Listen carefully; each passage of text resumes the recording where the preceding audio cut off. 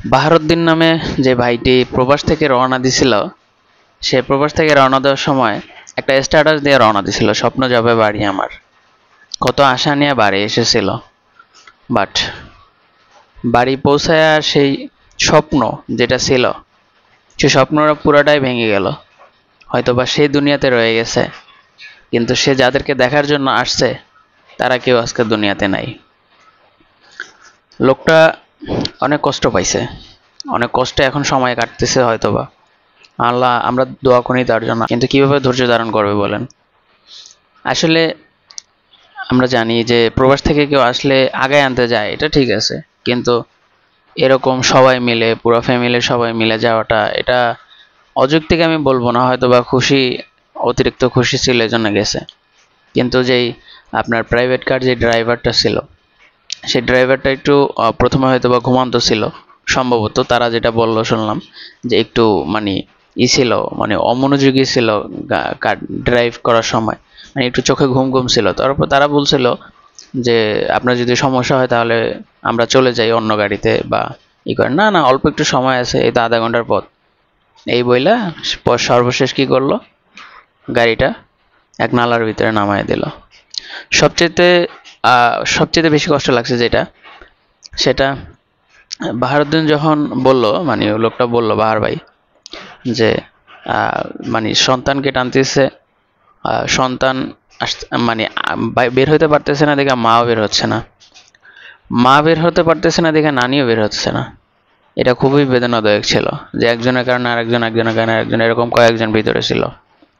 এবং ড্রাইভারকে যখন দরজা লক খুলতে বলে, ড্রাইভার দরজা লক খুলে নেয়, শুধু গ্লাসগুলো খুলছিল, কইলা ড্রাইভার জানলা দিয়ে পালাই গেছে।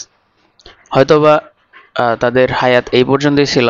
তারপরও বলি যে ড্রাইভার পারলে যদি দরজাগুলো খুলে দিত, বা ড্রাইভারও যদি চেষ্টা করতো, আমার মনে হয় আজকে এতগুলো প্রাণ ঝরতো না। সবচেয়ে কষ্ট লাগছে বাহারুদ্দিন নামে যে প্রবাসী ভাইটা কত স্বপ্ন নিয়ে দেশে আসছে।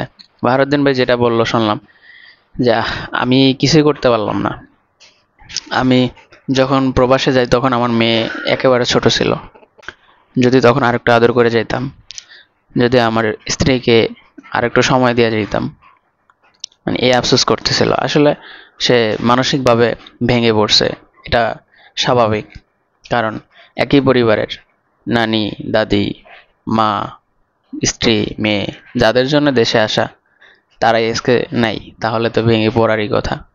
তো সর্বশেষ একটা কথাই বলবো, যে কোনো কাজে সতর্কতা অবশ্যই দরকার, আমাদের অবশ্যই সতর্ক থাকবেন।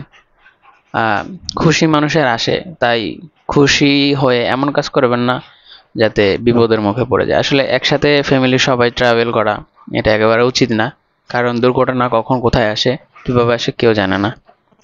তো সর্বশেষ সবার কাছে দোয়া চাইবো বাহারুদ্দিন ভাইয়ের জন্য, আর সবাই দোয়া করবেন আল্লাহ যেন তাকে ধৈর্য ধারণ করা তৌফিক দান করে। এবং আপনারাও সতর্ক হবেন, এই সমস্ত এরকম কাজ বা এরকম আনন্দ ফুর্তিতে কোথাও ছুটে যাবেন না একসাথে, কারণ দুর্ঘটনা হতেই পারে।